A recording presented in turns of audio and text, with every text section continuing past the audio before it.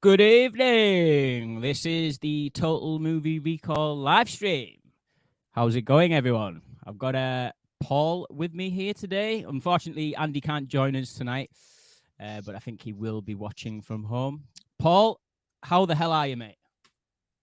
Very well. I've just spent 8 hours on Final Fantasy VII Rebirth, and my arse is hurting from sitting on the couch for that long. But we're not here to talk about games. We're here to talk about movies, movie news, and science fiction. Mate, it's Dune week. It is Dune week. It's Dune. It's Dune Eve. It's Dune 2 Eve. Well, Yeah, it's mate, it people are comes going out. tonight. Yeah, literally. There's a few. You know what it is? I had a look at the showings today, and there's a few showings earlier on tonight, like as in like 8 o'clock. Is that not for the first one before? No, I think that is legit. Dune Part 2. This is I at know. T side. They've got Oh, you might be right. You might be right. It might be the I was double going to. feature. Our local View cinemas doing, I think, Doom 1 at 9 till 11:30, and then like half an hour break, then going into 2 at midnight. I know a few people are going. I was contemplating it, but last time I went to a midnight screening, I think it was for The Rise of Skywalker. I'm not going to say anything about the film, but I remember being knackered watching it. I'm too old. I can't stay up that late and watch movies anymore. Just even though it's on the big screen, I remember walking out just drained, just tired. And then I went to watch it again, like more fresh, and I enjoyed it more. So I'm going in the morning. I'm going first showing. I think it's like 9 or 9:30. Mate, that is good effort, man. That is going to be a lot of science fiction at 9 o'clock in the morning. Yeah. I'll take me coffee. Yeah, can't fault you, mate. Can't fault you. I'm doing nights this week, so I'm back to front. Where me and Georgia were going to watch it on Saturday night. Not an IMAX screening, unfortunately. Oh. But yeah, I know. But View is literally over the road, and it's just like it's obviously a longer film as well. So I'm having to see it on the night time. But I'm a lot like you, man. I can't do midnight showings anymore. Like in the 2010s, I was all about it. Like a lot of the Marvel films, I was like, yeah, midnight showing straight away. I remember going to see Civil War midnight, then the next day going straight back to watch it again. Right. Yeah, it was one of them. Absolutely loved Civil War when that was a thing. But yeah, the midnight showings, they've passed me by now. I don't want to say I'm too old for it, but yeah, I'm fucking too old for it. That's it. That is literally it. Like I was contemplating it. I've been contemplating it all day today because there's still seats left. Yeah, and I just thought I'll go to bed. I'll wake up. I'll go watch it in the morning. What's the difference? Before we get into news topics, because we haven't actually got that many, it's been pretty slow week on that one. Mate, the hype around this Dune Part 2 is insane. Like insane. Like the reviews on it and stuff like that, and just people's initial reactions. Like you struggle to find anyone saying it's not a masterpiece. Yeah, pretty insane. I've watched review after review. John Stuckman, Campier. Yeah. I've watched about 20 reviews. Not one of them faults it. Not one of them. Is Stuckman still reviewing films? Is he? Did he do? Did I watch his Dune one? Has he done a Dune 2 review? I think he did. Yeah. I think I did watch it. Yeah. Stuckman's in what's that? A 5-star movie? I'll review it. Yeah.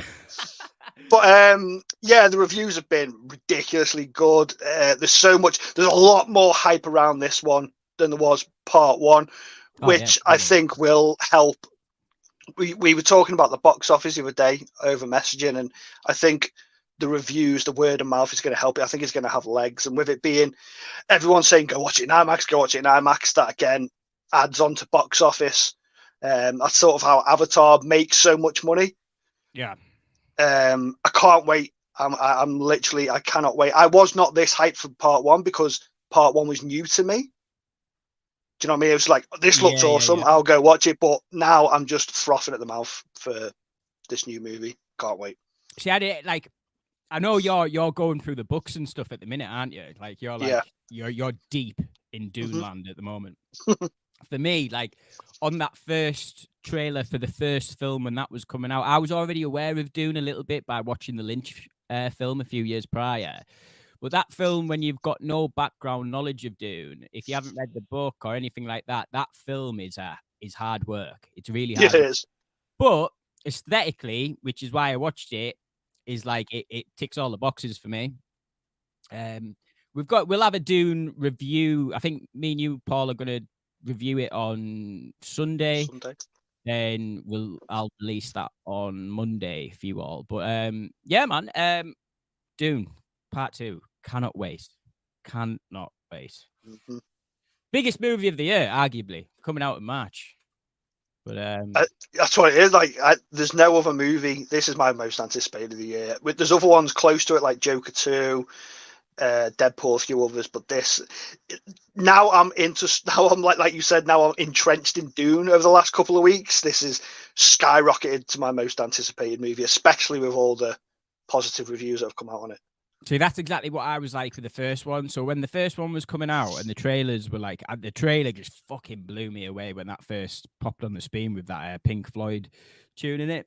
And that's when I've never been a book reader or anything like that, but that's when I went out and sourced out Dune, the book, but listened to it. Cheated. But yeah, it was a quick hit. Like, I just listened to it at work. It blew me away. It was like, it felt like an achievement for myself because I'd never listened to a full book in its entirety. It's a long book as well. It's like 800 pages. Yeah, so like reading this like sci-fi epic from like the 60s, like, yeah, I can see why people have had trouble making it in the past because there's been like multiple attempts, hasn't there? But it's like we've said though, with the first movie, we'll probably talk about it a lot more when we do a big dive on it. It is one of them movies, the first one, that does demand repeat review, and you can't get it all on one go. I've not known anyone who sat through that film first time watching, gone, I know exactly what's going on. I know who everyone is. I know where the story's going. This, that, the other. No one could. You need to watch that film, 3 or 4 times to really start putting together who's who and how it's working. It's hard. It's the same with the book. I felt it the same with the book. Like, I was reading it. Well, I did a bit of audio of it as well, but I was reading it and I was taking it all in. And if I come across like a name or something, I was Wikipediaing it so I could remember who they are. And then, do you know what I mean? I was really absorbing the story. Yeah, totally. And it's like, I would compare it to Game of Thrones, and Game of Thrones is obviously a season of TV where you spend a lot more time with these characters and stuff like that. And Dune is definitely on that sort of scale. Like, it's a lot of political intrigue, a lot of families fucking each other over, betrayals and stuff like that. It's Game of Thrones in space. But like the fact that he's managed to like convince Warner Brothers and Legendary split it into 2 parts was a good. A good move, definitely. Absolutely. But anyway, we'll get more onto that on Sunday when we're both seeing it. Review out on Monday. So look for that one. Okay. News stories. We've only got 3 this week. But the first news story of the day that I wanted to get into. Money. So Ridley Scott is releasing his epic Gladiator 2 at the end of the year. So interestingly, how are you feeling on Gladiator 2, Paul? Are we excited for Gladiator 2? Like, for me, it's totally bizarre that we're even getting a Gladiator 2. I can't lie. Yeah, that straight away. Yeah, I love the original. It's a movie that stands the test of time. I watched it in 4K like a year ago, and it hasn't aged a day, man. That film's like 20 years old. It looks phenomenal. Yeah. But it is a standalone movie. Doesn't warrant a sequel. Doesn't need a sequel. The fact that it's took them 20 years to do a sequel, that's been done before. But you always skate that line of, is it just cashing in? But with Ridley Scott, it's him doing it. I'm intrigued. I mean, I'm more intrigued than excited. The cast is stacked, though. They've got some absolute bloody heavy hitters in this movie. Yeah, the cast is good, man. Yeah, cast is ridiculously good. But I'll wait for the trailer. I'll wait to see it on trailer, the scope of it, how it looks, how it feels. Obviously the original one's very practical effects and practical sets and that. I hope he carries on with that.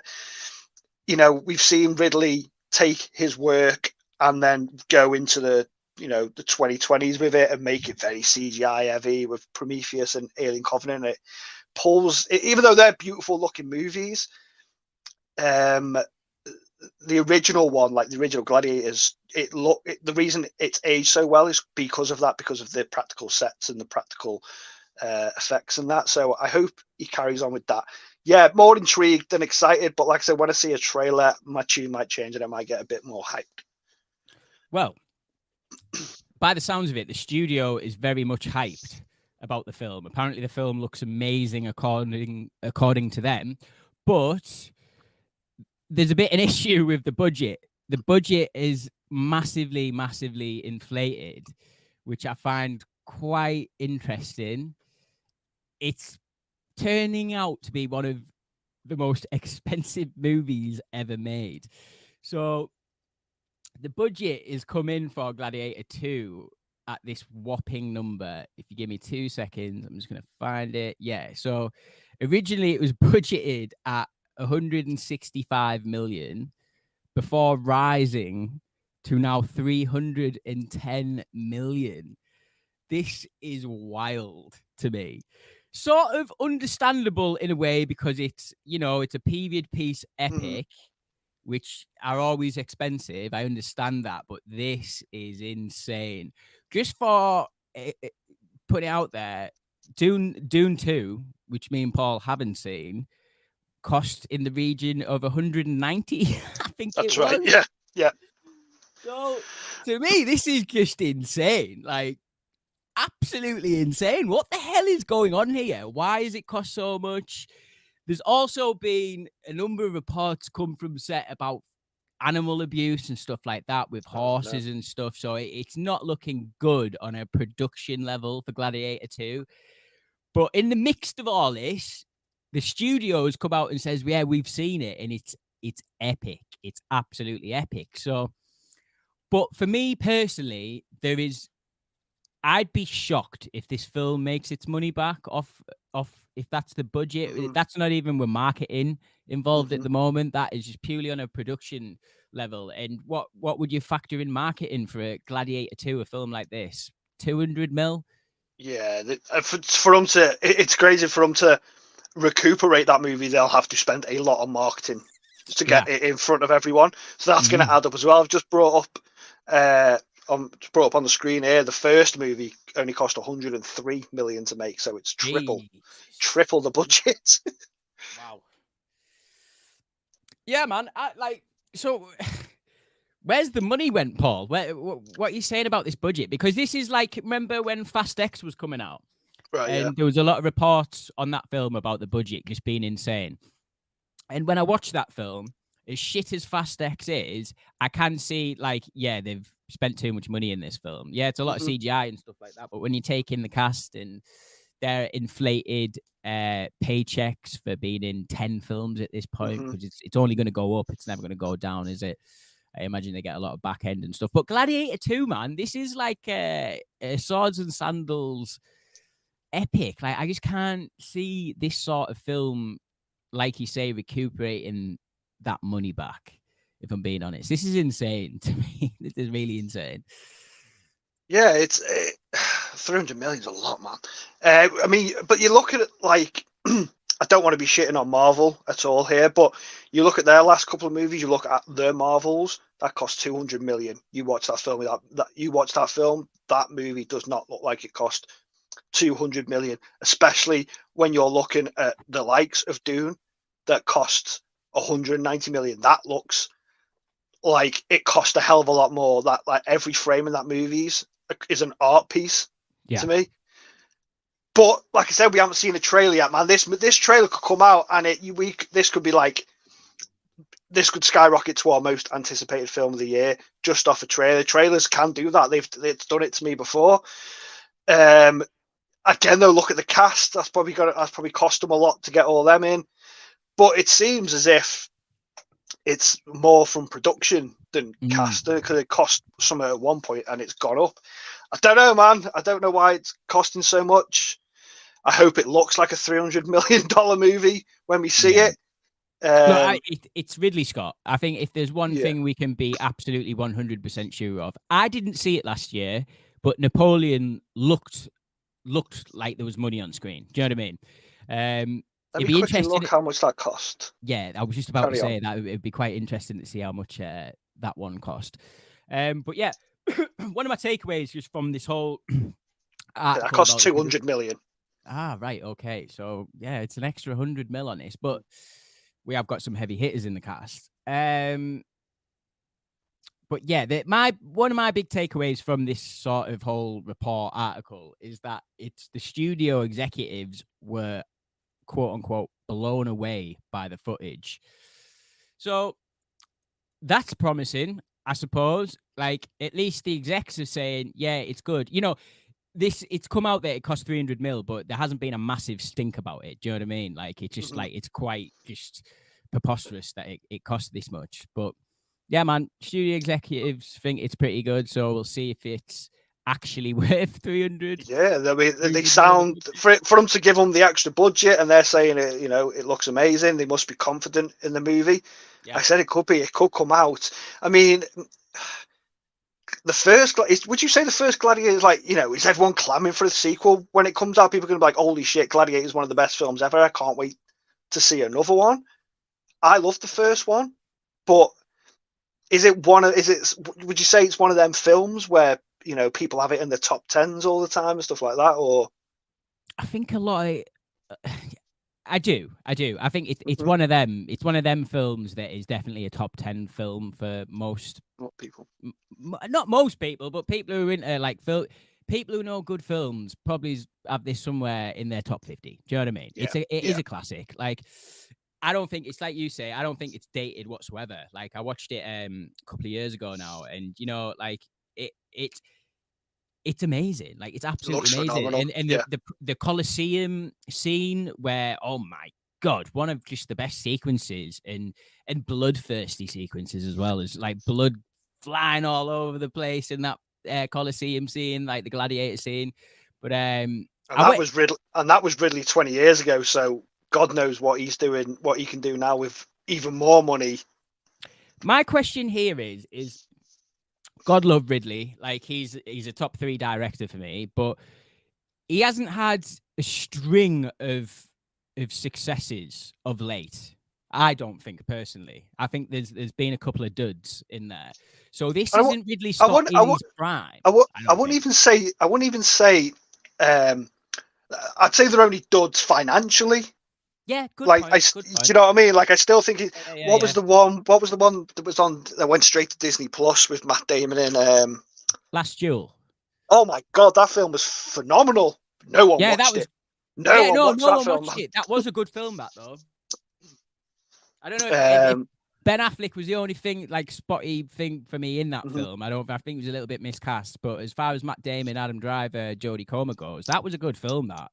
And it looked fantastic as well. So if it looks anything like this, then I think we're in good hands. Yeah. Yeah. Like I said, I think I need to wait and see a trailer. That's it, yeah. Yeah. We'll wait and see a trailer, then we'll pass judgment. But yeah, Gladiator 2. Looking forward to it. Next story.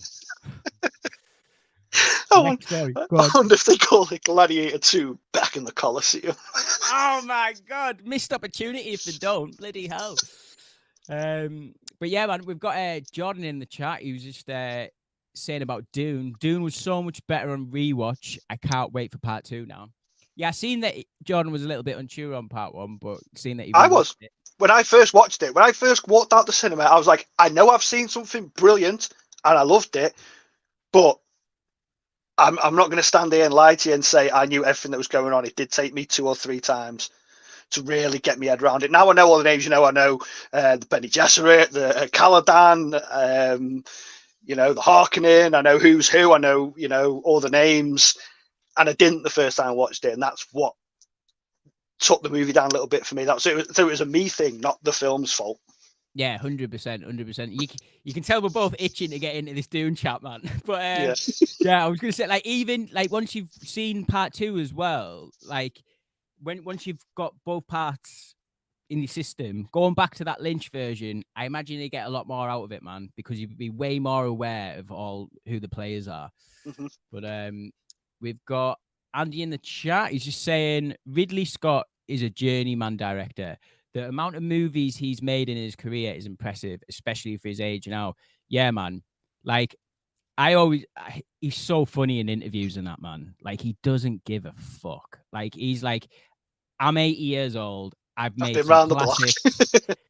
I know we can't smoke indoors anymore, but I am going to smoke 5 cigars while we're having this interview. And you're just like, yeah, okay, Ridley. Sir Ridley Scott, you do what you want, man. You do what you want. But I do hope Gladiator, I don't want to go back onto it, but I do hope it's a smash for him. I hope he does need that I'm back sort of movie. Yeah. And what better movie than Gladiator 2? That's it, yeah. And he's just saying, if you asked, say, for example, Quentin Tarantino to fire out 2 movies a year, there'd be plenty of misfires in his CV also. I'm excited for Gladiator 2. Yeah, totally. And, you know, like, I'm just glad he pushes out as much work as what he does. Yeah, it's not all amazing and stuff like that, but they consistently look good. And you can tell he wants to make them. Do you know what I mean? He's like, right, yeah. I'm back to make this film now. Whereas studios will just get directors in to line the pockets. I think the thing with Ridley is his major problem, his entire career, is finding someone he lines up well with as a writer. Because he doesn't write his films, does he? He directs them mostly. So when he's paired up with a great writer, then it makes, they make 5-star bliss films. Like, look at Alien. Do you know what I mean? So I don't know. I love Ridley. I love him. I've got time for him. I've even got time for his misfires as well. But okay, Paul. Story number 2. Now, this one's quite an interesting one. Sort of come out of nowhere, and I can't believe it hasn't been done already, if I'm being honest. But we are getting, apparently, a reboot of American Psycho. Mm-hmm. So, have you seen the first film, the Patrick Bateman, pretty much a cult classic at this point? What are your feelings on the first film, American Psycho? I'll be honest, I've probably watched it twice, maybe 3 times since it's been out. I like it. It's just not a film I revisit often. It's not one, I fancy American Psycho. So I wouldn't say I was a massive fan of it in that respect, where I was like, I stick it on every year at Halloween or anything like that. Yeah. It's just a film that I have seen, and when I watched it, I enjoyed it. It's not one I've ever really wanted to fly back to, and I don't know why I've got it. I think I bought it like 3 years ago, and it's still in the wrapper. Fair enough. Fair enough. I'm a big fan of American Psycho for sure, definitely. I wouldn't. Would I say I watch it every year? No, I wouldn't. But I do watch it every couple of years, 100% for sure. I think I'm not like a massive comedy fan, like at all, really. Like, as I've got older, the less comedies I watch. I don't know what it is, but like the early aughts and the early 2010s, I was way more. I'd stick on a comedy. I'd like them, but for whatever reason, as I've got older, my soul has got darker and darker. Yeah, so same. American Psycho is like the best comedy of all time for me at this point in my life. I've always found it quite funny, but now I find it really funny, like in a sick, twisted sort of way. Especially when he's got the prostitutes found at the end. It's very sick and demented, but it's like, Sabrina, eat it. Don't just look at it. It's just like, I absolutely love it. It's sick and twisted. But American Psycho is getting a reboot, apparently, from Lionsgate. I didn't realize it was a Lionsgate property. But according to the Insider, which I think is Jeff Snyder, who's a film journalist, Lionsgate is looking for a team to write a script for a 2020s era American Psycho reboot. So, were you aware that this film already had a sequel in the early aughts? Yeah, isn't it a female instead? Yes. Yeah. I've not seen it. I think it's Melina Kunis who's actually the lead in Is it? I might watch it. Yeah. But yeah, I think she plays the lead in the second one, and she is the psychopath in the second one. So Is she like related to him or anything, or is it just like a completely different story? I have no idea, Paul. I stayed well aware of it, away from it. Apparently, it's absolutely fucking dreadful. So I've just kept well away from it. But yeah, like I think American Psycho as a property for a reboot is, why the hell not? But I wonder how they'll go with it. Like, to me, I don't know if you're aware of the Netflix show You. I'm only aware of it because my girlfriend's a big fan of it. Georgia watches it. Same. I did watch the first season with her, but she's watched the later seasons. That reminds me a lot of American Psycho. I can't lie. Like, that sort of the character, the main sort of protagonist, antagonist in You, he'd be brilliant for that role in You on Netflix. But I'd be interested to see where they go with this. I don't think, like, the story isn't like that in depth where like you couldn't make it for whatever reason in today's climate, maybe social climate or whatever. Like, this is, it says here about the toxic masculinity of it all and stuff like that. You could definitely make one of them films in today's climate, especially with how everyone's got an opinion on everything. So, like, I don't know, man. Like, I don't know. I'd be interested to see who they cast in the role as well. Is it going to be a straight up sort of remake of the original, or are they going to take any different directions with it? Is it going to be a female-led American Psycho this time? Who knows? But it's based on a book, yeah, the original movie. Yeah. So there's a novel to it that it's based on. I always like when movies get rebooted from something that was a book originally. For instance, Stephen King's It, we had the mini-series, and then we had the big theatrical version, part 1, part 2, a few years back. Yeah. I like seeing.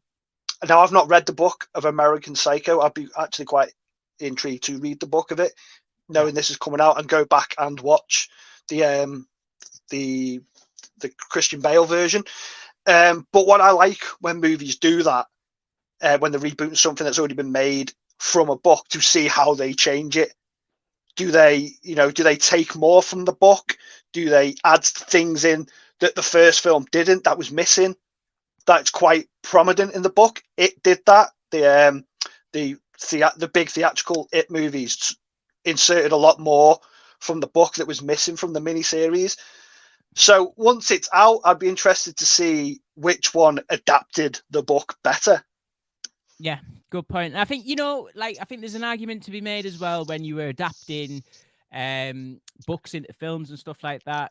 There's people out there that are like book hounds that are like, oh, well, you didn't put that in from the book and stuff like that. I think as far as Stephen King's It is concerned, there was some dodgy shit in the book that didn't need to be in the film at all, to be fair. So and the stuff they still didn't put in that they wouldn't have got away with.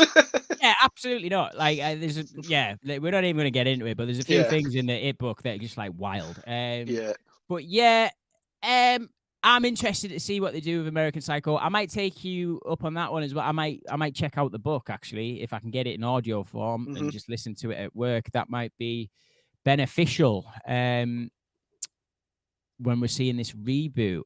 I know my friend Luke's a massive fan of the book and the movie, so I might pick his brain about it and see what he's saying about. He might have the book and just borrow it off him, to be fair. Yeah, man. We'll get him to come on when the film eventually comes out, and we'll see what the differences are. But yeah, I thought it came out of nowhere, this one for me, but I'm a fan of American Psycho, so I thought I'd bring it up. But okay, moving on to our next story and our last story of the stream is we've just got our first look at Bill Skarsgård as the Crow. Okay. Okay. Take some Where for the this. hell do we start with this one? So originally, when I was getting our stories together for tonight's stream, I just initially had The Crow down as release date change because the release date is moved up. As far as I was aware, Paul, I thought this was coming out at the end of the year. We did our most anticipated 2024 movies a couple of weeks ago. That was on the list, but it was, as far as like the release dates looked, it looked like it was at the back end near December time. It's been moved all the way up now to, I think, June. Is it? Yeah, June. So we're about 3 months. 12 weeks away-ish, 9 weeks away from it now. But yeah, then last night or yesterday, Vanity Fair actually released a couple of photos that I'm going to put on the screen now. But just as far as the original 1994 cult classic, The Crow, Paul, what are your feelings on the OG starring Brandon Lee? Oh, I love it, man. I grew up with that movie.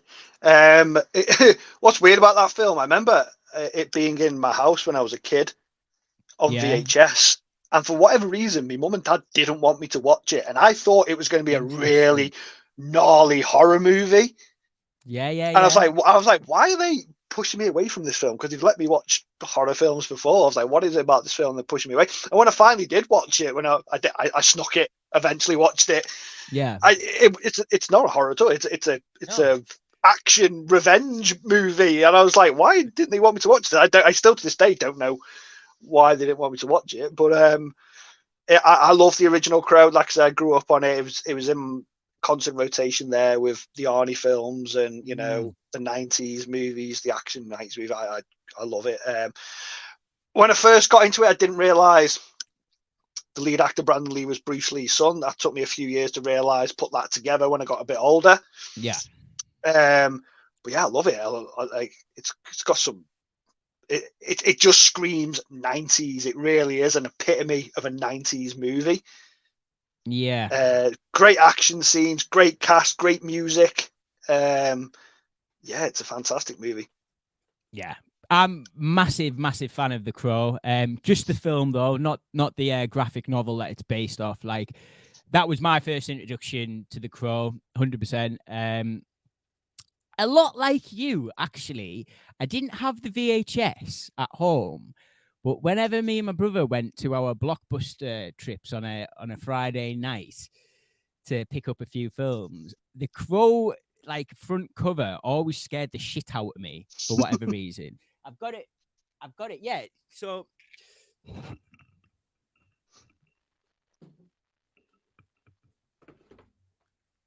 being black in Blockbuster and you're looking around, there was a couple of VHSs that always stood out to me.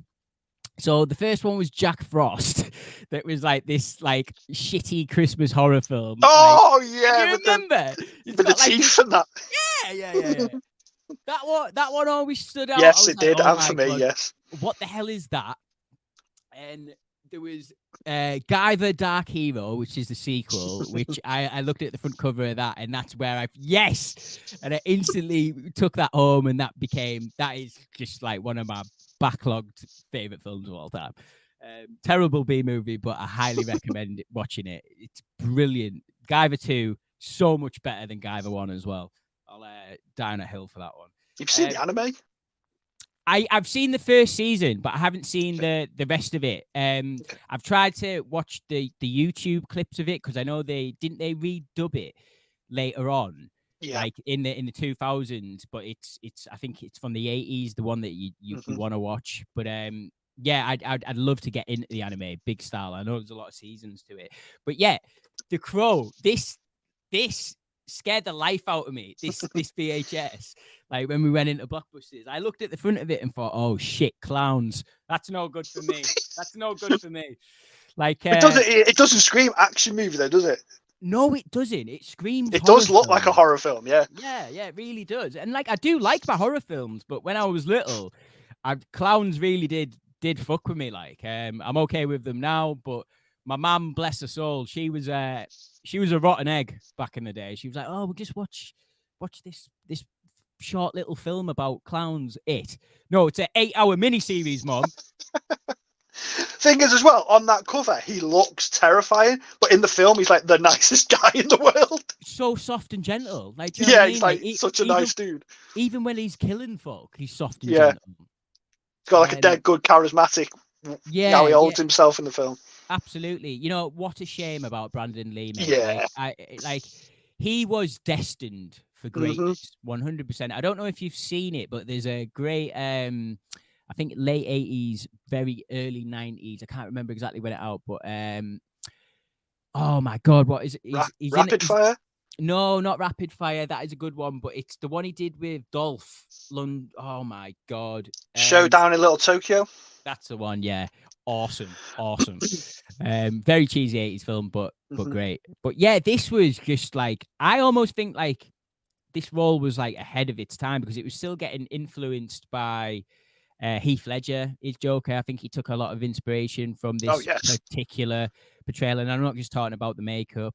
But yeah, man, we have the Crow remake. So there's been a number of Crow sequels as well. I don't know if you've seen any of them, Paul. I've seen City of Angels. I didn't bother with any of the others. Yeah, City of Angels isn't great, but if you watch City of Angels compared to the other two, it's a fucking masterpiece, mate. But yeah, so there's been multiple attempts at the Crow. The first attempt at a reboot that I was aware of was one with Bradley Cooper, and I think there was some artwork that was done with that as well, like concept artwork for Bradley Cooper.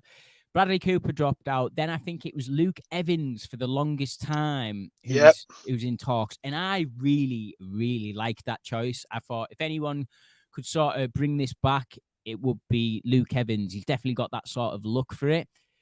He dropped out. Then bloody Jason Momoa does his own bloody photo shoot of him like dressed in the makeup and like the hair and stuff like that. But I'm so glad we didn't get that. If I'm being honest, Jason Momoa's got his strengths, but Saul, like soft, gentle, revenge-ridden, no, didn't. I think he's too big for it as well. He's way too big for it. Way too big. Yeah.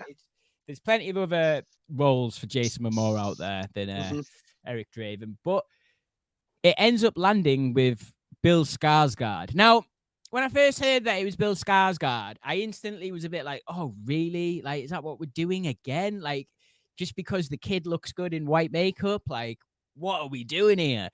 But obviously, I haven't seen any sort of trailer footage for this. I can only now go off my reactions to these new Vanity Fair images. And you're probably looking at the screen thinking, oh, hang on a minute. Is that a deleted scene from 2016 Suicide Squad? Oh, no, it's not. It's Bill Skarsgård and FKA Twigs. So this is from the movie. This is him, obviously, pre-Crow. This image worries me. I can't lie. I can't lie. But it's like you were saying earlier, Paul. It's because my brain is so wired to the Crow being a 94 movie with 9 Inch Nails playing in the background, and dark gothic sets and stuff like that. That this, like, it's a bit of a whoa. Wasn't expecting that one. But what I will say is that when you scroll a bit further down and look at his actual look, that's another image, obviously pre-Crow. I think what the directors come out and said, Paul, is that a bit like, so unlike the Crow 94 version, where you really only get about 5 minutes of screen time with Eric and with his love of like showing like their relationship and stuff like that with Julia, I think it is. Shelley, sorry. With this one, apparently there's going to be a bit more of a balance. So we're going to see more of their relationship. I think it'll be. Do you reckon it'll be quite like flashbacks and stuff? Maybe. Possibly. I think, personally, they'd be better off not doing flashbacks to separate it from that 94 version. So I could see this being a bit more simple, as in like we'll probably get like the first half of the film, their relationship, then the last half of it, he's probably in the crow makeup for like 5 minutes, then like he goes on his revenge. But yeah, apparently it's going to be a bit more balanced, which I do appreciate. Which, like I was saying, it makes it a bit different from that '94 version. And if I'm being honest, like we got them flashback scenes, but I never felt like fully invested with Shelley and Eric in that first film. Like I'm not watching it to watch the sequel, The Notebook. Do you know what I mean? I'm watching it because it's a dark, gritty, like sort of superhero, but not superhero sort of movie. The love aspect to it arguably is like the last thing on my mind, which like the law purists and the comic book purists will be like, mate, that's what it's all about, for God's sake. I'm saying, all right, fair enough. But yeah, so let's scroll down. Let's get a quick look. So here we go. So as a vibe and picture, it looks like The Crow sort of thing, minus the long hair. Paul, what are we thinking about these Vanity Fair? This is obviously the first sort of images we've seen from this movie, and also the fact that it's coming out in like 12 weeks or whatever we said it was going to be. Does that show a sign of confidence? Are we a bit worried? What are you saying? What are you saying about this reboot? I think something as big as The Crow, well, as big as The Crow, it's a cult movie. It's not, I won't say it's a massive movie, but considering we're in the era of comic books, I mean, they're dwindling slightly, they're a bit all over the place at the moment, but if they know this is a comic book property, I'm going to presume that's what they're jumping on. They're like, right, Marvel, we got DC, what's out there that's other comic book stuff that we can do? The Crow. Let's do The Crow. That's not been done in 20, 30 years. The fact that it's coming out in 3 months worries me a little bit, because, I mean, there's plenty of movies out there that, we don't see anything about it until a couple of months before it comes out. But when a studio's very confident in something that's coming out, we're seeing behind the scenes stuff. We're seeing images, the director's tweeting out images, all that stuff, and this, we've been waiting for weeks and weeks and weeks since we knew this was coming this year. Like, why have we not seen anything from it yet? And we got it yesterday. That image you've got up right now, as soon as I seen that, I was like, oh shit, I'm in. That looks awesome. That for me is The Crow. I'm not going to sit here and go, I want it exactly like 90s movie, because it ain't going to be like that. It's a 30-year-old movie. Times have changed. When that film come out, grunge and goth and all that was sort of, in the 90s. Yeah. What's prevalent now is sort of like hip hop and techno and all that. And the directors come out saying that is the sort of where they've gone with it. They're going for that crowd, which to me, that doesn't work when I think about it, but business-wise, that makes sense. I like the casting. Bill Skarsgård, man, I don't think I've seen him in a bad role as of yet. I'm not going to sit here and say I've seen every film he's done, but I feel like I've seen the majority of the movies that he's done, and I enjoy him as an actor. He seems a good fit for the role, because the character Eric Draven isn't this big, hulking superhero. He is just an everyday guy. Yeah. So, and that comes across, especially in the images where he's with Shelley and that. Yeah. I'm excited for it. I am excited for it. I'm looking forward to it. If it's a dud, it's a dud. I've still got the original. But if it's awesome, then cool. I've got a new 2024 version of The Crow I can check out. I hope it's an 18, 15 at least. If it goes 12A, then they've lost me, unfortunately. The comic and the original movie, they're violent, it's mature, it's gritty, it's dark. You can't do that with a 12A movie. This needs to be R-rated, 18 or 15 UK cert. But absolutely, I'm excited for it. I've been waiting for this for a while now, and we're finally getting it. I'm not gonna lie, I am gonna really struggle with this, because like I am still living in 1994. Like, I'm still listening to that music, so It's like I'm gonna watch this and go like, oh, where's like Dead Souls from like Nine Inch Nails and stuff like that. But like, obviously, you know, we are in a different time. That was 30 years ago. It's 2024. Probably is gonna be a bit of trap in here, bit of hip hop. You know, like what the kids are listening to these days. But yeah, like I'm mixed on these photos. I can't lie. There's one half of me that looks at this photo and goes, yeah, I'm in. Then I look at the other photo. I'm going, what's he got a tattoo on his eyebrow for? Do you know what I mean? Like the tats are a bit too much. Have we not I learned? think I read a comment from the director or someone who's working on the film saying they looked at like Post Malone and Lil Peep, who was a rapper who passed away, who are head to toe in tats, and they're like, that's the sort of image they're going for. I was like, why? Okay, that's well, that's fair. Like, well, they've nailed it. Yeah, if that's what they're going for, they've nailed it. But yeah, it's going to be a hard one for me, this film. I can't lie. It's like I'm invested, but I know I'm going to start watching it, and if I start hearing things I don't like, I've got to separate it. Separate my 94 brain to my 2024 brain. Listen, man, I'm always here for remake. If they want to remake it, remake it. If it's good, it's good.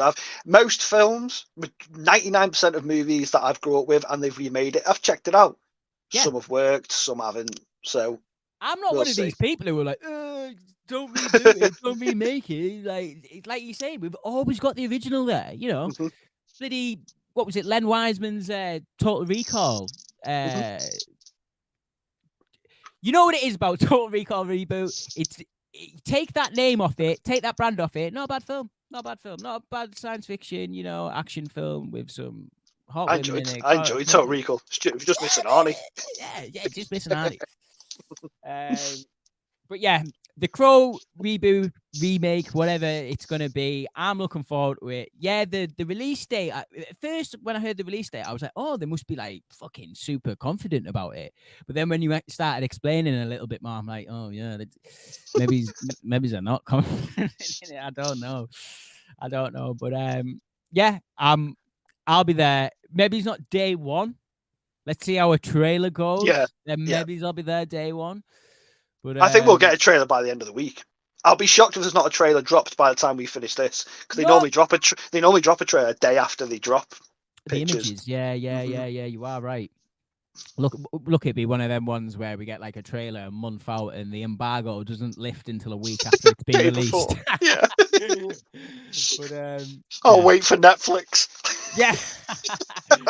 100%. Right, so we'll get into our main little segment here. It's another tier list, guys. Let me know in the comments, by the way, like after the stream's done, or you can just tell me now if you want. Stop doing tier lists, but let me know if you enjoy the tier lists, because they might become like a staple of this live stream. I obviously said few weeks ago that we'd be doing reviews and stuff on here, but I think I'm going to be doing them separately, and we'll keep these live streams for news segments. But if you enjoy the tier segments, guys, let me know. If you don't, also let me know. But yeah, man, this week with Dune Part 2 coming out, big deal, obviously, for science fiction.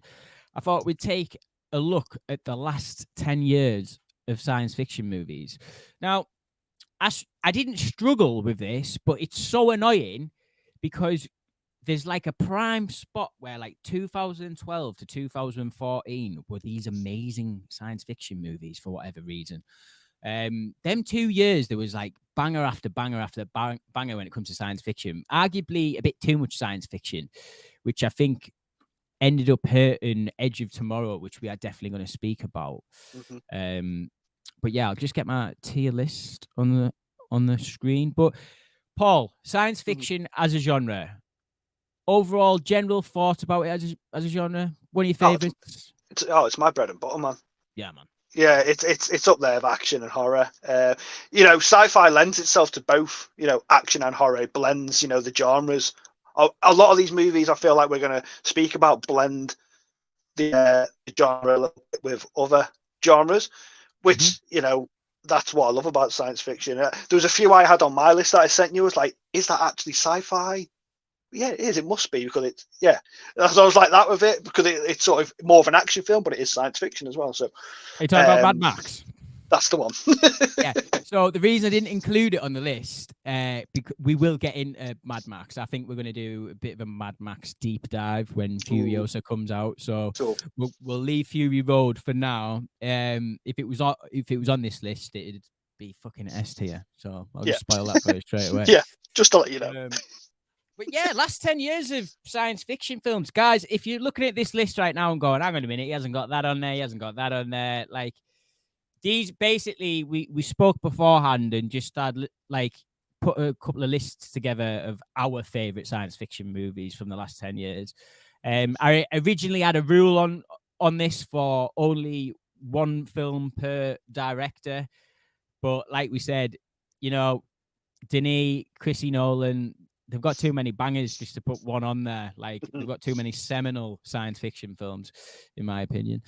But yeah, let's just run through these movies, mate. And if anyone's watching, and they want to comment their favorite science fiction movie of the last decade, some of you might not have missed. Yeah, when you look at this list, it looks like there's not actually that many films on there, but I don't know. 10 years, like there was a lot of left off, but just purely basically for time's sake. Well, yeah, for time's sake as well. And I feel like what you've got there, you have literally got like the creme de la creme. I tried to make a variety. Yeah, I'd say what you've got there is the majority of the top best science fiction movies of the last decade. There's probably are a couple missing that other people would admit to put in it, but I'm happy with that, man. Let's go. There's one in here that's a bit of a cheeky one, because I think there's a lot of people out there that would just say it's not that good, but I think it's highly underrated, and we'll find out which one that is when we get to it. Okay, Ridley Scott, The Martian. Okay, I forgot this was a Ridley film. Yeah, mate. See, this is what we were talking about earlier on. He's got all these, like misfires and stuff, but then he'll come out with a film like The Martian, which, if I'm not mistaken, was a 2015 film. Mm-hmm. If I'm not mistaken. Based off a novel as well. Was this one based off a novel? Yeah. Mm-hmm. So The Martian, for me, I ended up seeing this in the cinema. I wouldn't say it blew me away, but it was like, wow, this is like as solid as you get for science fiction, because this is to me pure sci-fi, because this isn't like, oh, we're dealing with an alien in space. Mm-hmm. It's quite realistic, isn't it? Yeah, we're not dealing with like post-apocalyptic vibes or anything like that. This is like, when watching it, especially the NASA scenes and stuff like that with, I think, is it Donald Glover and stuff, where they're in the base and they're trying to work it out from like a political side and what we're going to tell the media and stuff like that, all handled very, very well, I find. I think aesthetically, this film's amazing. I love the space, the space suits that they have them in. Interstellar came out around the same time, if not the same year. So was Interstellar? I think it was the same year, 2012, right? Quickly 2014. So This is what I was on about. So like there was like from like 2010. So if you put like Moon in there in 2010, then you go up to 2015. There was just so many great science fiction films. Arguably too many. Do you know what I mean? So because you also had like Oblivion with Tom Cruise and stuff like that. Mm-hmm. But The Martian, I think if I was personally gonna rank this one, just because it's pure science fiction, I would put this in A. I don't think it's S. I don't think it's a 5-star masterpiece, but I haven't seen it in a couple of years. I need to rewatch it. I don't know whether I'd give this a 4 or a 4.5, but purely on a science fiction level, I think it's really solid, and it's one of Ridley Scott's best films in years. The Martian, Paul. Thoughts on this one? I agree, man. It is one of his favorite. It is one of his best films in recent times. I went to watch this in IMAX, I think, when it came out, and I loved it. I'm a big fan of Castaway with Tom Hanks, and this is basically Castaway in space. Great, right? Shot. That's basically what it is, isn't it? He gets remotely. Is it what, I can't remember what it's Mars, isn't it? Yeah, he's on Mars. Yeah. So he gets left on Mars, and he's got to fend for himself, and he's a biologist or something like that. Yeah. So he knows how to grow plant life and food and stuff. So he's doing all that, and it's basically the movie is basically his journal of him surviving. But like you said, it's a beautiful looking movie. Great cast as well. Matt Damon pretty much is on his own for the majority of the film. Obviously, we have supporting casts that are on Earth, like you said, helping him out. Donald Glover and I forget the girl's name. It's out Bridesmaids. I forget her name. Is it Tina Fey? No, it's her out of the Conjuring films, isn't it? Is it? I'm sure she's the isn't one she the oh no, you are no, right. It's Kristen. Right. No, it's not. It's Kristen Wiig. Yes, you are. It's Kristen Wiig. Right. I thought it was Vimiva. Yeah. What she's called. I can't remember what she's called. But So no, you are right. You've got Jessica Chastain in there, Chiwetel Ejiofor. You got all these characters, but majority it's a Matt Damon movie. Basically, he's on his own for majority of the film, and it's 2.5 hours. I think it's a film that flies by. It's a great. It is like Castle. It's like, what would you do in that situation? I've said this before on this podcast and streams. I like them sort of movies where if I was in their shoes, what would I do? I would go A with it as well. Yeah. I don't think it's a 5-star movie. There's a couple of bits in it that it slows the movie down a bit. I don't think it needs to be 2.5 hours. I think that's probably my biggest gripe with it. But apart from that, I think it's an absolute solid movie. But like you, I need to rewatch it. I've not rewatched it in a good 3 or 4 years, probably even longer. Yeah. Put me off potatoes for a while. Probably put my name off potatoes. Put me off space travel. Yeah. All right, moving on. We've got Upgrade. Right. This was a little rocket when it came out. So this is a 2018 film directed by Leigh Whannell, I think it is. That's great. Leigh Whannell, man. Awesome. I know Badger's a big fan. He's a guys film fan, Leigh Whannell. That's what I like about him. Yeah. But Upgrade for me is like, this is like, this was a better version of Venom. This was just like, it came out of nowhere, really surprised me. It shocked me how violent it was. It sort of did remind me of the Paul Verhoeven Total Recall RoboCop days of how violent it really does get, and it comes out of nowhere. Great practical effects in it. It doesn't go too mega with how futuristic it makes everything look. It all looks futuristic in a believable way, like especially with the opening scene in the car and stuff like that when they have that initial accident. Thought that was all really good.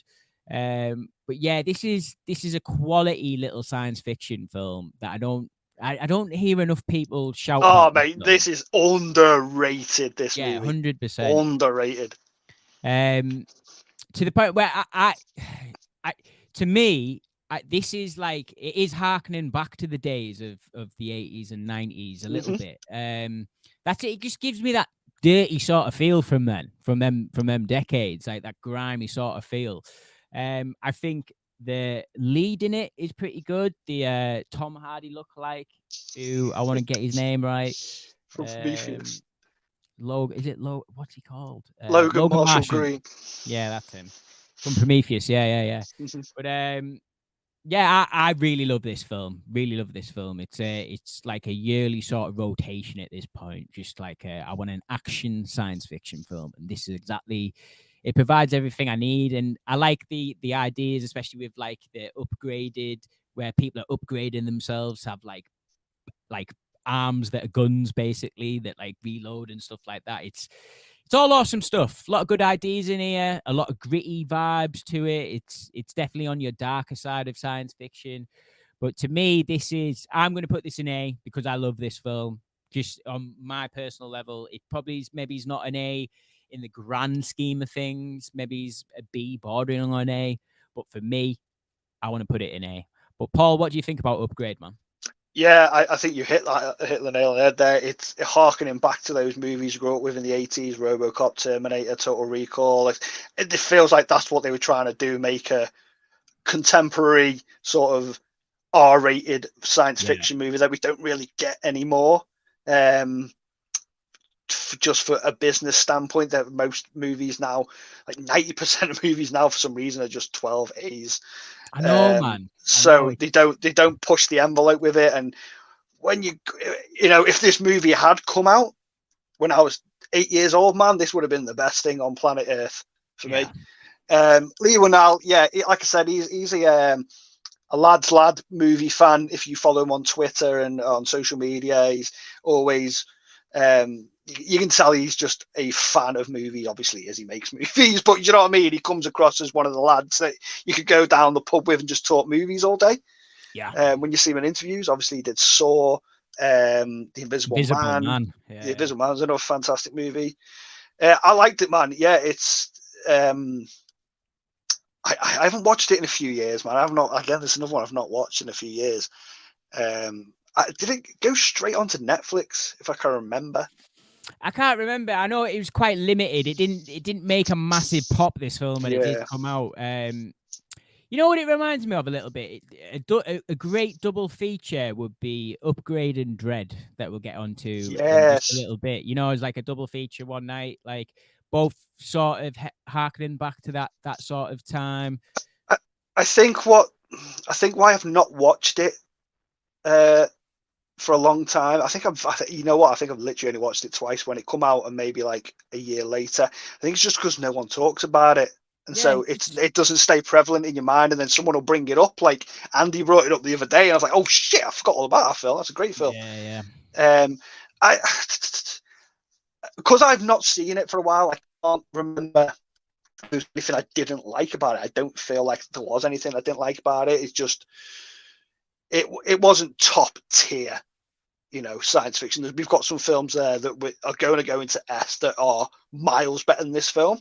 Yeah, but if you 100%. If you want a 90s, a 90-minute throwback to 80s 18 certificate science fiction movies and the likes of Terminator, RoboCop, them sort of movies, Upgrade's the one to check out. So yeah, let's go with A. Let's go with A. Okay. The next one, not going to spend too long on it because it's been years since I've bloody seen it. But we've got Under the Skin with Scarlett Johansson. Now, I don't know if you've seen this one, Paul. Very cerebral, very.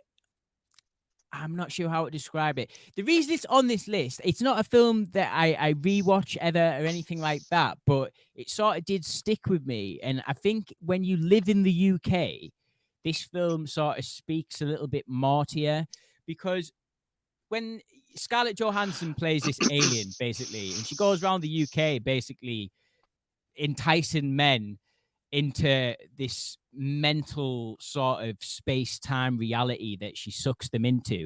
But these men are as normal as the blokes that you pass on the way to get a pint of milk down the corner shop. Do you know what I mean? Yeah. Like these, I don't think they were like proper actors in the movie. They literally went out and got people on the street to interact with Scarlett Johansson and stuff like that. So it makes it really... It's weird when you live here and you see like Scarlett Johansson like in the UK driving about in a bloody in a van picking up men. Do you know what I mean? It's just like, what the hell's going on? And you're like, why the hell is this science fiction? It's because she plays like this weird alien, and when it gets into like this really trippy element of the film, it takes a big left turn that I sort of wasn't expecting. It's a little bit like the ending of Annihilation, if you've seen that film. And at the end of Annihilation, things start getting really, really trippy. And Under the Skin's a bit like that throughout the entire movie. But it's exposed by like the fact that it's in the UK and we're just like driving around the streets of UK. Like I don't know, it's a weird one, but I do recommend seeing Under the Skin if you haven't seen it. It's just not necessarily a film that I personally go back to, but I do know a lot of people that love this film. I'm not one of them. No, it's not one of my favorites, but I tried. I try to put some variety on this thing. Yeah. It's Scarlett Johansson sold this film for me. Yeah. As well as the artsy fartsy side of film fandom. This is a weird ass film. I didn't get it. It went over my head. I left disappointed, bored, cold, destroyed. Yeah, just like I did not like that film. I saw this. I don't know. I've only seen it once when it first come out. I've never felt the need to revisit it again. It's more a thriller, you know. It's more like a thriller sci-fi movie. Yeah, man, I wish I could say more about it. I wasn't a massive fan of this film, but it is one of them films that people like love. Like, you know what I mean? Yeah. To be fair, this is why we needed Andy on the. Does Andy like this film? So Andy's just commented, Under the Skin didn't land for me, but appreciate the bold visual style of it. Same. I might need to revisit it. Appreciated the way it depicted dangers of sex in relationships, which is a very, very good point. It's basically what I was trying to say, but not like, I don't know. I get scared of saying sex on stream, so I just avoided it. But yeah, he's hit the nail on the head. Yeah, we've also got Lockdown Stash. Tarek, how's it going? But yeah, Under the Skin, I'm going to say, I don't want to put it in D. No, it's not a D film. I feel it's a film that's good. I just didn't work for me. So it's not, when I watch film, even if I like it, I will tell you if it's a D film because I know it's crap. But I liked it. It's a well-made film. That's what I'm saying. The filmmaking aspect of it, it's a well-put-together film. Mm-hmm. Like Andy's just saying there, it was cool spotting the Glasgow filming locations also. Yeah, I bet that's what I mean. It just, of how... There was someone else about it that I liked about it. Yeah. That's all that was getting me through it. Yeah. Scarlett Johansson has basically got a kit off for the entire film. No, it's not the entire film, but only certain sections. It reminded me a bit of. Do you remember that movie? What the hell was that film called? Natasha Henstridge, 90s alien film, and she's like sleeping with people. Species. I thought it was going to be a bit like that. Yeah. When I first saw the trailers and that. It's a little bit like that in the most pretentious way ever. Whereas, Under the Skin's Alien and that one's Aliens because it's a species is Aliens. It's just a bit more action orientated. Yeah. But I haven't just compared them to Aliens. Have I? Yeah, I just did. Yeah, I did. Right, Under the Skin. I'm going to go C for Under the Skin. Okay, we'll do that. I'm happy with that. D's crap film. C is you're not gonna love it, or you might love it, but I think you need to see it. One of them ones. Somebody else on another channel right now could be doing a sci-fi tier stream, and they would have this in S. Yeah, it's just one of them films, isn't it? It's like such a Marmite movie. 100%. Good point. But moving on to our next film, Ex Machina, directed by Ex Machina. How would you say it? Ex Machina, I think. Directed by Machina, yeah. Cheers, ball. We've got Alex Garland directing this one. So, Alex Garland, if you don't know, is a pretty prolific English writer. He wrote 28 Days Later, Ex Machina that he directed and wrote as well. We've got another film we're going to get onto later on, Annihilation, that was also by him that I think's a science fiction epic as well. But Ex Machina is one of them, man, that I think a lot like The Martian, just on a purely science fiction basis, this sort of does tick all the boxes. It's not it's not, I wouldn't say it's not a violent film or anything like that, or it's quite a methodical film, a clinical, thought-provoking film, I think. Absolutely, and it's just got I'll say three excellent performances. Obviously, by is it Gleeson? I can't remember his Donald Gleeson. Donald Gleeson. We've got Oscar Isaac, Oscar Isaac, and Alicia Vikander. Alicia Vikander. Yeah, all phenomenal, especially Alicia Vikander. She's brilliant in it. But yeah, visually just one of the most like stunning movies ever, especially when they get on like the outside of the complex and stuff that they're in. But yeah, I'm a big fan of this one. I'm not huge on it like most. I'm more of a I like Annihilation more than I like Ex Machina. But I think I might be in a minority for that one. Ex Machina to me, I would put this in B/A, but I know I'd probably just get burnt at the stake for saying B. It's probably more like an A. But Paul, what do you think about Ex Machina? Yeah, I love this movie. Yeah. Any film, any science fiction film that deals with like human versus machine and what it is to be human, all that, like that, I'm a sucker for all that. Like you said, it's quite it's a low budget science fiction movie, but it looks expensive. It looks with what with it being not a massive summer blockbuster movie, it looks amazing. The visual effects in this film. This is my first introduction to Alicia Vikander. No, she hasn't really done much. Yeah. But when they cast her as Lara Croft for the Tomb Raider reboot, it was like, yeah, she was sick in Ex Machina. Get her and everything. I think this was my introduction to Oscar Isaac as well. It was either this or Drive. Oh yeah, was this before Drive? Was this before Drive? Yeah. Anyway, it was my introduction to him as well. I think one of his first movies I seen him in. I love it, man. I think it's a great film. Like I said, any movie that deals with that sort of topic of what it is to be human, stuff like that, I'm always for. I think a film come out around the same time as this, Joaquin Phoenix, Her. Oh yeah. And I think at the time, I absolutely fell in love with both those movies because they sort of deal with sort of similar topics. Love it. Yeah, it's not a long film. It's not a very, it doesn't take a lot out of you to watch. Yeah, it's just a guy who meets a girl who's a robot, but she's so realistic that he starts falling in love with her, and then she starts developing feelings and all that sort of stuff. It's a great film. I love it. I've watched it quite a few times, even though I'm struggling to talk much on it. But I really enjoyed it when it first came out, and it is one I've watched a handful of times since. Yeah, and he's just saying Ex Machina is a more satisfying watch than Under the Skin, in my opinion. Yeah. Oh yeah. 100%. Yeah. 100%.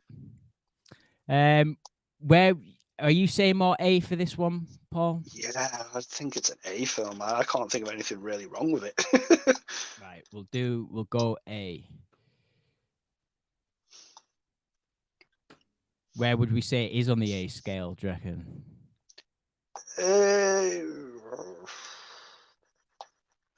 I think I'll go middle. I go. Would you go? Yeah, throw in the middle. See, rewatchability is a big factor for me when it comes to ranking movies and grading movies and stuff like that. I want to talk about them. Yeah. And it isn't a film you can really, it hasn't really got much rewatchability to it. But I have watched it a handful of times just because I loved it. But it's not like one I'd be like, oh my god, I'm gonna chill back this afternoon, stick on Ex Machina. You know what I mean? Yeah, totally. I understand. We'll leave it in A for the time being. Yeah. But right, next one. This little beauty. Dread.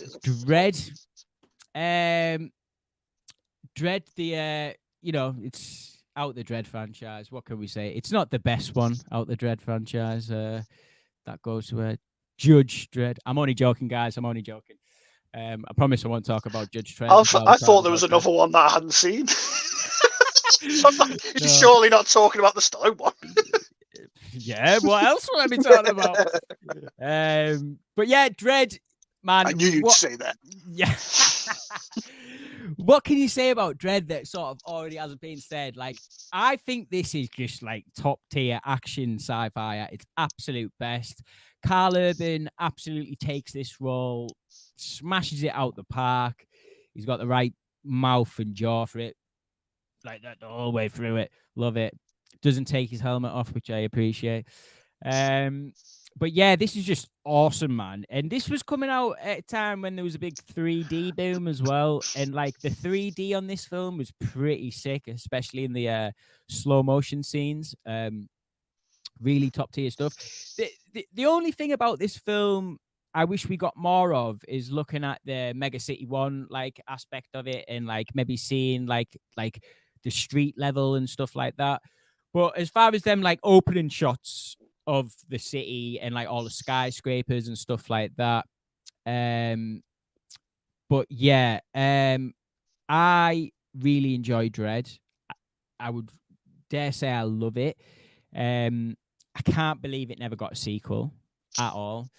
I think there was talks a few years back about it going on Netflix, and I think that would have been a really good idea. I just have like, you know, like how they did Altered Carbon, which I thought the first season of that was excellent. Second season, not so much. Yeah. But like, that's always my go-to. Oh, well, they made Altered Carbon so they could make Dread. Or they made Altered Carbon so they could do a Blade Runner series. Do you know what I mean? Like, that's where I go. But Dread, yeah, awesome film. More of I see this more of an action film than a pure science fiction film. That doesn't take anything away from it. I love this film. You'd be shocked, but I would put this in B personally. I don't think it reaches the level of the other films. That doesn't make, like, I know you say the rewatchability factor comes in for you, Paul. Not so much me. I'm looking at it like as a whole, like how the film's made and stuff like that. For me, it would maybe fall into that B category. But out of all these films, it's probably the film I've watched the most so far. So like my backwards. Well, yeah. Even just saying that, man, it's just completely blew what I just said 5 minutes ago out the window, because yeah, it's not an A-tier movie. It is a higher budget B movie.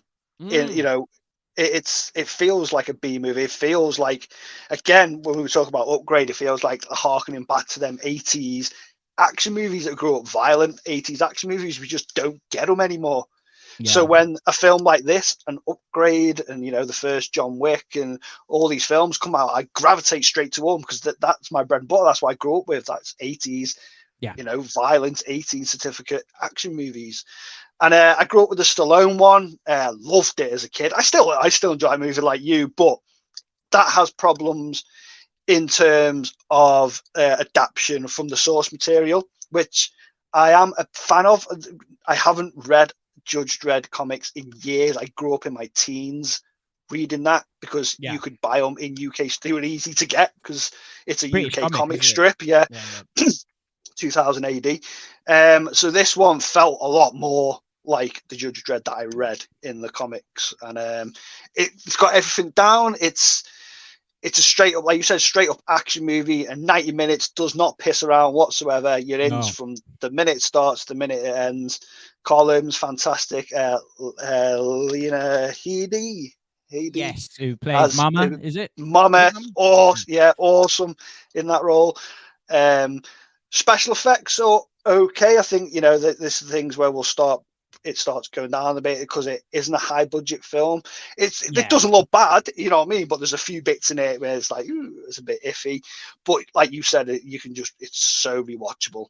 And it's a shame we didn't get a sequel to it, because it just made no money, man, whatsoever. It just tanked, didn't it, at the box office. It's really annoying as well, because I think Carl Urban in today has grown so much more since Dredd came out. Like seeing him in The Boys, he just absolutely kills it in that show. And he looks so imposing in that show. To bring him back now into the Dredd franchise, he said they would do it though. He said he'd do it. Yeah, 100%. If you watch him in interviews and that, he's well up for doing it. I was never a massive fan of the suit in this Dredd, but I think that's just my nostalgia kicking in from the 95 film. Yeah, the 95 one with the big shoulder pads, he's more of a that superhero. Did look awesome, though. And it does. It's comic accurate, you know what I mean? Yeah, it is, 100%. This one feels more street level, doesn't it? Like a bit more gritty and more realistic. But yeah, I'd go B. I love this movie. We'll go B. I think the other thing as well that holds this film back, and it's not even this film's fault, is the fact that The Raid came out so close to it. That's right. And if you look at the structure of the film, both films are very similar. Very similar. Apparently that's coincidental as well, which is, I think, blows my mind. Yeah, I totally imagine it. It's The Raid wasn't an American-made film. Like, that was, But I do wonder if the people who made Dread like come across the script and they're like, we can't make that because it's a Asian film, but we can do our own version and change it into a Dread. I don't know, but it is very. You watch them films back to back, you'd think they were in the same universe. Yeah. But right, moving on, Paul. Just got about 20 minutes left of the stream, guys. Just to let you know. But we'll get on to the next one. We've got Gareth Edwards, is it? For Rogue One. So this is, I think, I've decided to put this one on there just because I think out of the last 10 years of Star Wars that we have had, now if we were doing TV series on this as well, I would have absolutely put Andor in this because I think as like science fiction, Andor like nails it. Mm-hmm. Rogue One also nails it. So separating the Star Wars IP from it all, I just think on a purely science fiction level, it's pretty sick. And I think it's got one of, if not the best space battle of one of the best space battles of all time. That's when the film really sells it for me in Rogue One. The first half is a little bit slow for me. I've never been enamored with it. Wasn't that invested in is it Jen Uso, the Uso, yeah. Wasn't massively invested in her, but later on in the film, halfway mark when we get onto the planet at the end, yeah, it's fucking awesome, mate. It just goes 10 out of 10 there. Star Wars just at peak level there for me, and not a lightsaber in sight, apart from when you get Darth Vader there. But Rogue One, there was a bit of thingy with this. It's a bit conjectured that Gareth Edwards didn't have overall like final say on this film. Apparently it was Tony Gilroy who did Andor. Sort of makes sense why he's doing Andor. But yeah, as far as Rogue One goes, I really enjoy Rogue One. It's one of my favorite Star Wars films in general, I think, and it's purely based on the second half of the film. Can't lie. But yeah, Rogue One. Paul, you've probably got more to say about this one than what I do. But yeah, Rogue One, man. Yeah, it's easily the best film that Disney have put out. Star Wars film, easily. All right, interesting. Of mine, anyway. Yeah. I grew up on the original trilogy, so anything. I know people are like, you need to move away from that now, but this film relies on that original trilogy to work, and it's basically a prequel to the very first Star Wars film. That is what it is.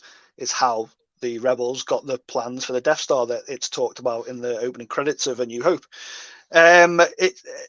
Aesthetically, it's Star Wars. It's George Lucas's Star Wars to a T. Seeing stormtroopers walking over a desert coming out the sea was something I never knew I needed until I seen it. Yeah, it rocked. So good, man. The Donnie Yen is the blind sort of Jedi, let's just say. Believes awesome. in faith, doesn't he? Yeah, believes in the Force and that. Awesome. I actually was quite invested in Andor and Jyn Erso together. I quite liked their dynamic together. Ben Mendelsohn as Krennic in there. Awesome villain. Awesome. Mads Mikkelsen as Jyn's father. Awesome. Yeah. Everything was firing on all cylinders for me watching this for the first time.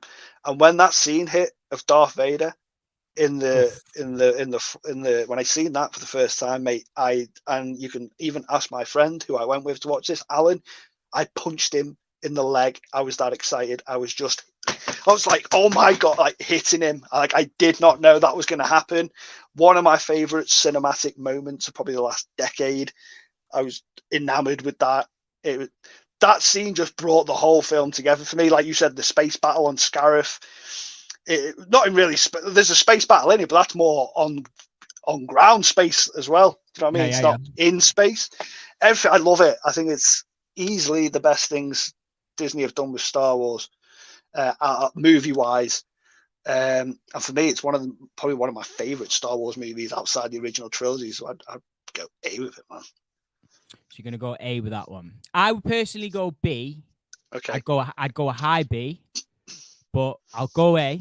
Because I think, to be fair, out of the Star Wars lot, it's definitely peak Star Wars last 10 years, in my opinion. But yeah, man, I agree with everything you said there about Rogue One. One little question about Rogue One, because it's one thing that really frustrates me about the film, because it takes a whole point off it for me. I'm not a massive fan of Michael Giacchino's score in this. I know he didn't have a lot of time to do the score for this film, but there's just something deeply missing about the score. It's Star Wars light, in my opinion. Like, he shouldn't have went for George Williams themes in it, if I'm being honest. If he couldn't have matched George Williams themes, he should have done something else with it. But I've always found the score a little bit underwhelming. And Michael Giacchino is one of the best composers working today. But I think the reason for it is he didn't have enough time to complete it in the end. But yeah, just quick thoughts about the score. I listen to Star Wars scores quite often when I'm chilling out or working and stuff or commuting. It's a score I don't throw on all the time, but there's two pieces of music in that film that I think is peak Star Wars, but the rest of it I don't really vibe with. There's a bit when Jyn first speaks to her dad for the first time in years, and he's on the hologram. There's a piece of music there. It's amazing. And the music when Darth Vader's taking the shuttle over to the ship with the plans on, and that is a brilliant piece of music. But apart from that, it ain't John Williams, but which is weird because Michael Giacchino, I can't even say his bloody name. Giacchino, he's quality. Big Mikey is awesome. I mean, like, his Batman score is the Batman score, man. I've had that on constant rotation since the day that dropped, man. That score is one of the best movie scores of the last decade, man. But yeah, it's hard to match John Williams, let's be honest. It is, certainly is. We'll move on to the next film. Right, so this is the little cheeky one that I was on about. That this film doesn't probably deserve to be on this list, but I can't help it. I love this film. So when we were chatting about it the other day, Andy actually dropped this one in, saying it was pretty underrated. Have you seen Life, Paul? Yes.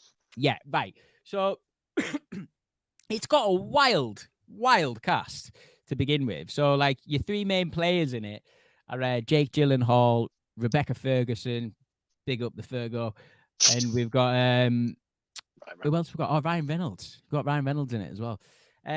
So it's essentially, if you can't already tell of the style of the font on the poster, just an Alien ripoff. But my God, it does it so freaking well, man. I'm not normally big on CGI creature features. Like, it's not like, like if I'm watching a creature feature, I really like to see some practical effects in there. But for whatever reason, this just really ticks all the boxes for me, as in creature design. It makes me really squint when I'm like watching it and what this creature can do. I think there's a level of believability in this sort of creature that we could end up stumbling on something like this outside of planet Earth.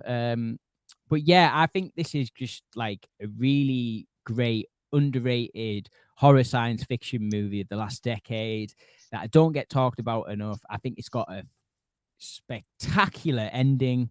Like, I'm talking about the ending shot of the film. I think it's great. Lined it up for a great sequel that we're just not going to get. But I think the unanswered questions about the ending and, oh my God, what the hell's going to happen now, sort of is good that we don't get them answers in a sequel. But this is top tier science fiction horror for me of the last decade. We haven't had loads of them.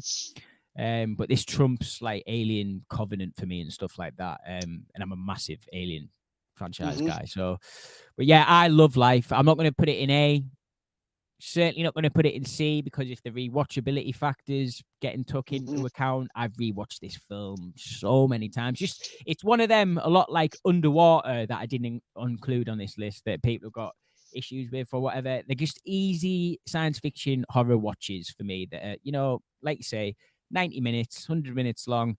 Put it in, you get something out of it at the end. I've had a good time there. I've had a good time. But what do you think about Life? What's your thoughts on Life? Yeah, man, I enjoyed it. I've only seen it once when it first came out. For some reason, I've just never gone back to it. I don't know why, but I do enjoy it. I'm a massive fan of sci-fi horror, Aliens and The Thing, and it clearly borrows elements from all these properties, which I think is what let it down for people. People are saying it's just a rip-off of them, but if you're going to make a sci-fi horror film in space, what other film are you going to rip off? You got Alien, you've got The Thing. They're the linchpins of sci-fi horror. So where'd you go from there? Do you know what I mean? Yeah. But it's great cast. It's very claustrophobic movie. I remember there being a load of tense scenes. The creature design, like you said, was something that it could be plausible. It's something that, you know, it's not like a Green Martian, or, you know what I mean? It's something in a sort of like a biological way that, you know, could be out there. I really enjoyed it. Yeah, I'd go B. Like I said, we don't really get many. It's another R-rated. It's another 15, 18 sci-fi horror movie. We just don't get them. It doesn't get enough of them. Doesn't pull back its punches by any stretch. Like, there's a scene with Ryan Reynolds early on. Holy shit, man. Quality sequence. Great sequence. Like, really tense. Really horrifying. Yeah, Life's a little banger. It's a little underrated banger. I'm going to rewatch that. I need to rewatch that. Rewatch it, Paul, and let me know. Yeah, I'm going to. Let me know your thoughts on that one, because it's, you know, like I've spoken to Badger about this one quite a lot as well. It's I don't know what it is. I think that with it being a great cast, like Ryan Reynolds, Jake Gyllenhaal's always great. Rebecca Ferguson's always great. Yeah, man, it's quality. And the way that the alien evolves throughout the film, like, is also believable. Like, so when you first see this alien and what it is, and it basically looks like something you'd test in like year 9 of science, you know what I mean? It's like, I don't know. Believable. And if you can have that believability factor in your science fiction films, especially one with a bloody alien in it, then you've got me there. Yeah, Andy's just saying, great ending. The ending's so bloody good, man. So bloody good. You know what? It's been that long since I've seen it. I completely forgot Rebecca Ferguson was in it, but I'm going to presume that was because she wasn't as big as she is now when it first come out. Yeah, totally. So that's made me want to rewatch it straight away, because she's something else at the moment. Yeah, we're in Fergo land at the minute. Yeah, it's Fergo's planet, and we're just living in it. Yeah, that really is. Right, next film we've got. We won't spend much time on this because we've actually spoken about this film quite a lot. Blade Runner 2049. This is.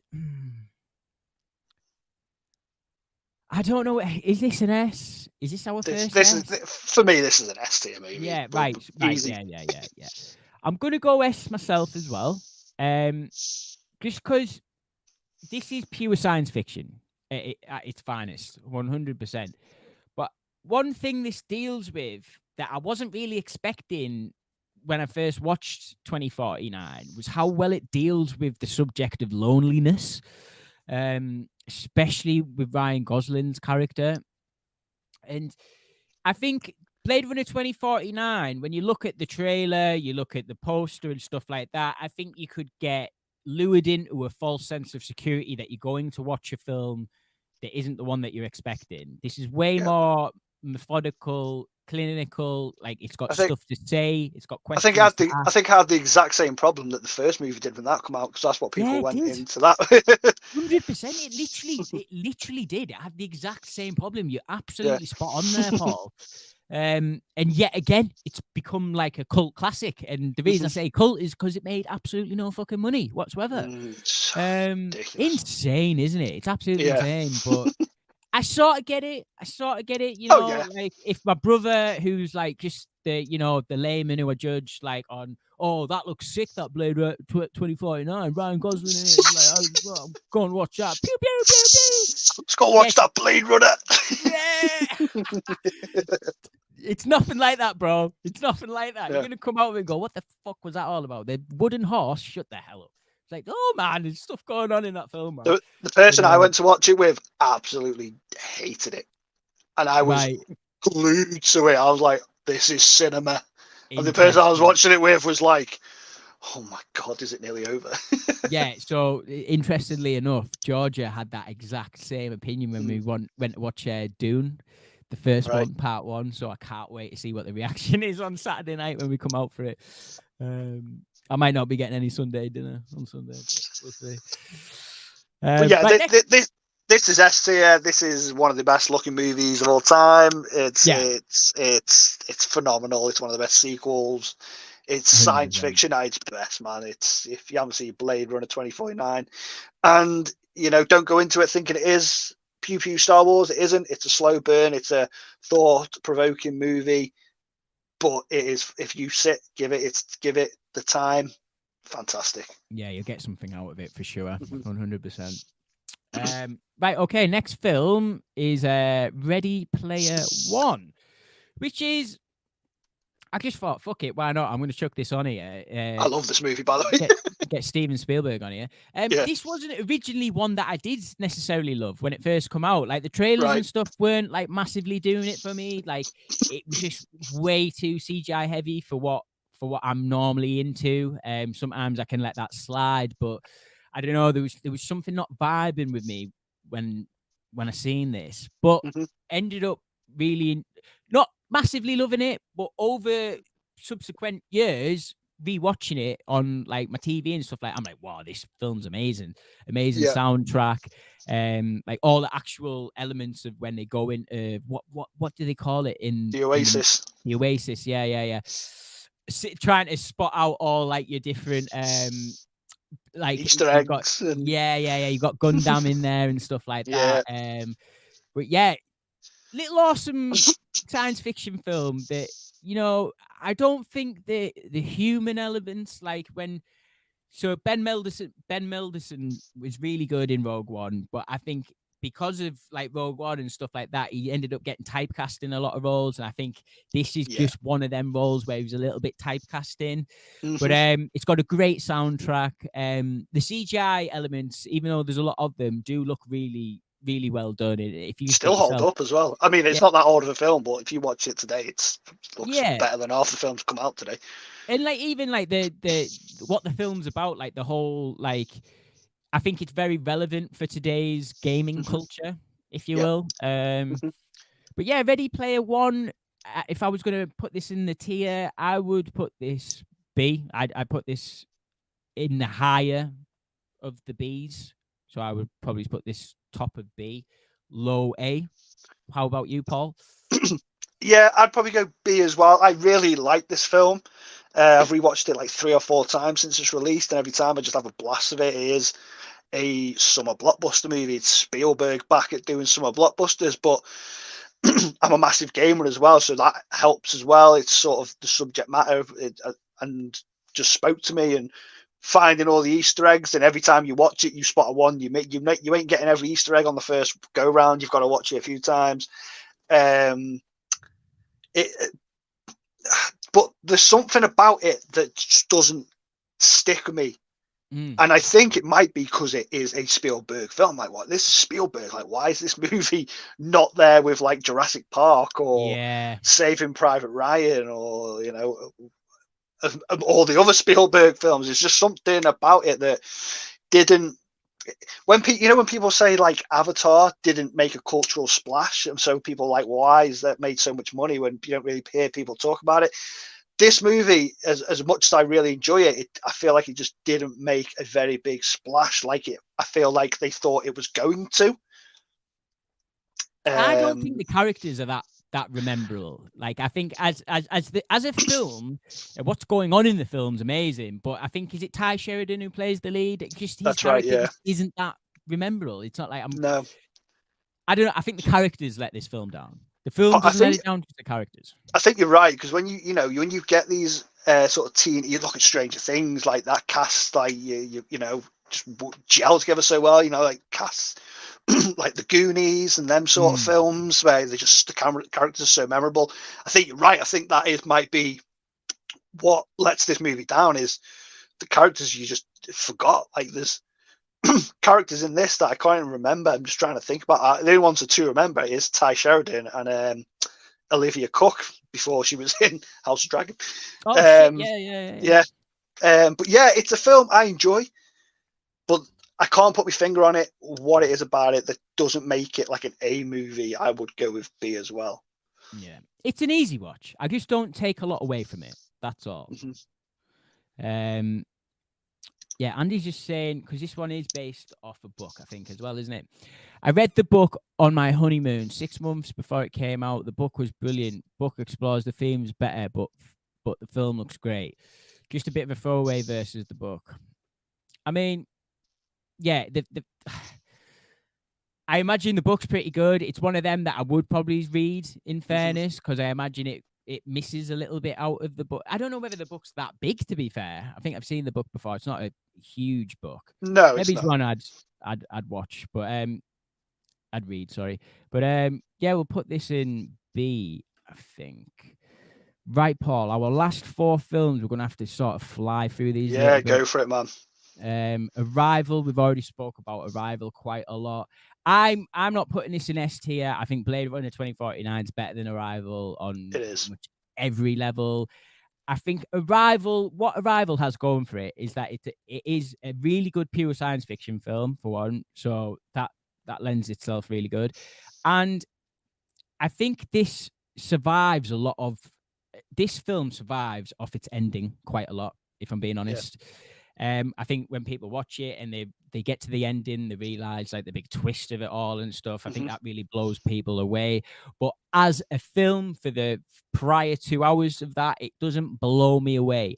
Everything in the ship with the aliens and the language, I think, is a really good concept. The fact that this film is about dissecting alien language is cool. To me, that's cool. But then you get this added extra bit of, let's just say, time, we'll say, when the ending comes in, stuff like that. For me, it's not highly rewatchable. I never rewatch Arrival, and I've never really, like, I think I've watched it twice, and I've never felt the need to go back and rewatch it. But that's just me. And with that entailed, I'd put it in A, but I'd definitely put it bottom tier A. How about you, Paul?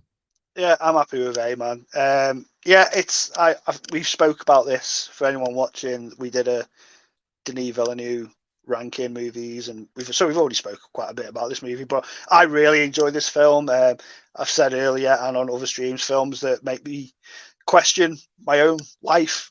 Sort of, them films sort of always speak to me, and that film Arrival did that for me. The ending blew me away. Where I walked out the cinema, and I was just like, wow. Yeah, it's a great ending. Yeah, but like you said, yeah, it's the film sort of. I was watching it, I was enjoying it, but then the ending ties it all together really well. So yeah, it's good. It's not very rewatchable. I think I've only watched it like 2 or 3 times since it come out. There's other films on this list that I've rewatched a hell of a lot more, but it's a top tier science fiction film. Yeah. Yeah. A. We'll go away. Next one, Chrissy Nolan, Interstellar. To me, just this film's magnificent. The only thing that would stop me putting this in S is the ending. It's the only thing. The whole like love thing really, I don't know. It doesn't gel with me 100%. Like, I'm talking about the ending where he's looking through like the bookcase and stuff like that. Like, doesn't really click with me. But that's the only thing that would drop it down to maybe an A. But I'm gonna forget that, chuck that out the window. As far as science fiction goes, like all the space travel elements and the way Nolan explains all the time significant differences between like landing on a planet and stuff like that, and how long you're going to be there. I love all that.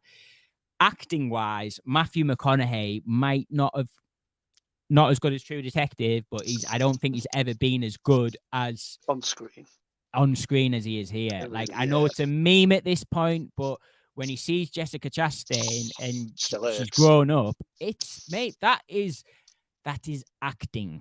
Yeah, Bros. that's a heartbreaking scene. Acting. But yeah, I'm not going to spend a lot of time on this. To me, I'll put this in S. I'd put this in S tier, 100%. What about you, Paul? Yeah, I'd go S as well, but A+ to S. I think what the scene you're talking about is a bit weird, but I get what he's doing. I get what Nolan's doing. It's just that visually, it's a bit weird. You know what I mean? Yeah. Pulls you out of the movie a little bit, but I like that twist in itself. I think that's a good twist in the movie. Just how it was put on screen was a bit weird, but everything about it, yeah, top tier science fiction. Looks phenomenal. The movie, great acting, great cast. Hans Zimmer's score, absolutely chef's kiss, man. I want to rewatch this film. I have this on 4K, still in its wrapper. That is sacrilege, I know, because I've not watched this movie in 4K, and I have it, and I've not watched it yet. Paul, I'm the same. I haven't watched it entirely in 4K yet because I watched the Blu-ray that much. You know what I mean? It's like one of them. I got that Steelbook that came out last year, but yeah, I think this is S tier. Definitely, as science fiction goes, it's one of them. Like I've been saying a lot on this tier list. Pure science fiction. There's no weird aliens that come into it at any point. The film didn't need it. Do you know what I mean? And before seeing Interstellar, I did think that's where it was going to go, but it didn't. Our next film certainly does have aliens in it. Edge of Tomorrow came out of effing nowhere. I think it's the Doug Liesman film, if I'm not mistaken. Len Wiseman, one of the two. Doug Liesman, one of the two. But yeah, Edge of Tomorrow, unreal. Doug Liesman. Tom Cruise, love this role for him because it's an out of character role for him. He plays an utter coward at the start of it, and I love the progression that he goes on. I think that's why the film really works, because he does have a pretty good character arc in it. You know, at the start of the film, he's not the same person he is at the end. You've got Emily Blunt just being awesome in the film. Bill Paxton being extra awesome in the film. He's class in it. Yeah, he's great. And I love the Groundhog Day nature of the film. Like, we do get a lot of these films, but this one does it really well. I will say the marketing of Edge of Tomorrow was piss poor. It was terrible. Like, the way I don't know, it just didn't look like a film that I needed to rush out and see, and I didn't. It was only later on down the line that I ended up watching it, and it's become one of them. I didn't go to the cinemas to watch this. Yeah, it's become one of them films that's just been like a staple of people bringing it up all the time, and I can't believe it's never got a sequel, but I don't think it made that much money. So I don't know, but for me, Edge of Tomorrow is solid A science fiction for me. One of the best action science fiction movies ever made. I'm going to go there. I even like the designs of the creatures. And, you know, like I was saying earlier on, I like my creature features to be practical. But you really believe, like, oh, no, these creatures will fuck you up, man. And that's like when you get these mechanical robot suits, the mecha suits, stylistically, visually, they're so cool, so janky as well, and like you can really see the weight of them, which I appreciate.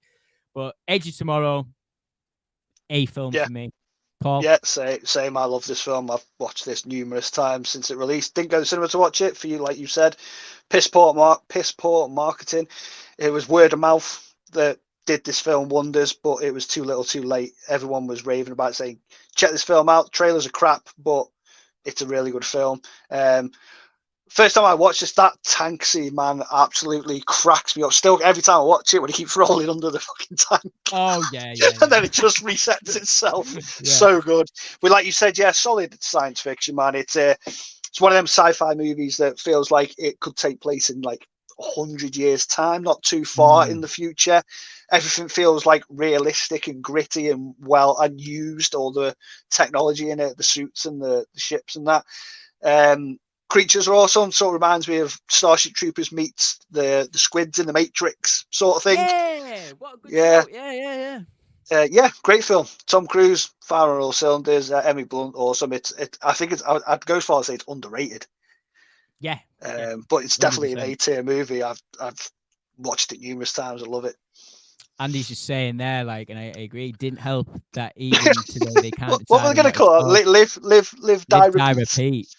Yeah, and there was It was another even title called wasn't even released on Blu-ray in different places with different titles on as well. they put Live Die Repeat like in massive letters on like the writing on the front cover of the Blu-ray, so it looks like it's called Live Die Repeat, but then it's got / Edge of Tomorrow, so So weird. they can't decide. And I think it's based off a book or off an anime, I'm not sure, and I think that's called All You Need Is Kill. So it's got Right, okay. it's got 3 titles like floating about.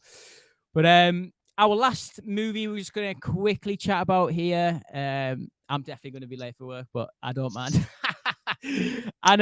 Annihilation from Alex Garland.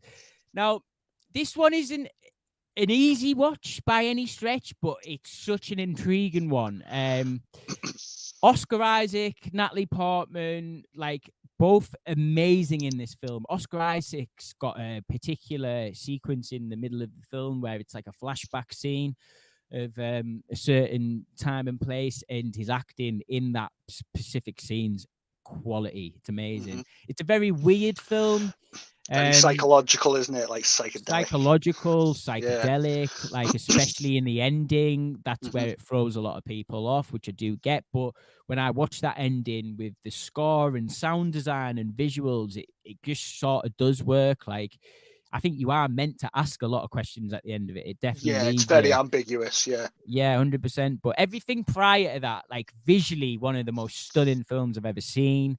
They've got some really good ideas, science fiction wise, with biology and DNA and stuff like that, and it being mixed together in this plane of this dome of like whatever the hell's going on. That the team's been asked to look into. But yeah, man, like this is also a great girl boss movie as well. So it's like a team of women who go into this Tessa Thompson in this as well, isn't it? Tessa Thompson's in it. Yes, Jenny Lee, I think's in it, who's in Hateful Eight. But yeah, really quality film. This for me, I would put this. Shit! I'd put this in lower tier A for me, bordering on higher tier B. What about you, Paul? Yeah, I've only seen this film once, so I can't speak a lot on it. You can probably fill in the gaps for me. But I really enjoyed this. Did this go straight to Netflix as well, I believe? I'm not sure about this one. Can I ask a question? If you do know, what was the sort of receive of this from people when it first came out? Was it mixed or positive, negative? The only reason why I think it was slightly more leaning to mixed is because of the ending. Okay, right. I think up until the ending, people were on board for it, but then the ending really throws it sort of left field a little bit. And you come out of the movie more questions than what you went into it. It sort of gave me a Last of Us vibe when I watched this, sort of like a sci-fi version of Last of Us when they go in like the quarantine zone and all that sort of stuff. I really enjoyed it. I remember really enjoying it at the time. It is one of them psychological, films. Trippy, very ambiguous things. You got to sort of interpret for yourself of what's going on in certain scenes. Not so much more towards the end. Yeah, definitely. We're not talking under the skin here either. Like, we're not talking. No. There's certain bits of I wouldn't say there's action in it, but there's certainly some really tense sequences. One particular sequence. Sorry, go on. In a house, there's a sequence in a house with a bear. It's fucking awesome. It's awesome. Yeah, that's creepy as hell as well. It's sort of a film that it gives you a lot of exposition, but there's parts of it you don't get given the explanation. You got to sort of fill in the gaps yourself of what's actually going on. I really enjoy it. I need to rewatch this because I've only seen it when it come out in 2019, 18, whenever it come out. But I remember really, really enjoying it. So I probably go A as well. Yeah, we'll go A. Yeah, bottom A. Right, guys. That's been it for our stream tonight. Thank you for coming on, Paul, as always. No worries, man. We're going to be back on Sunday for our review of Dune, and that will be getting released Monday morning. So just keep your eyes peeled for that one, guys. I cannot. I've just realised I'm seeing Dune 2 in less than 12 hours. That's exciting. I've still got a while yet. We've got 48 hours yet. I might just go to bed now, just so it gets to you quicker. Yeah. But, yeah, guys, thanks for watching. This has been the Total Movie Recall live stream. We doing this, so we won't be here next Thursday night, but the week after that we will be here. Thanks for watching. Thanks for commenting, and we'll see you next time. See you later, guys. Take it easy. Bye bye.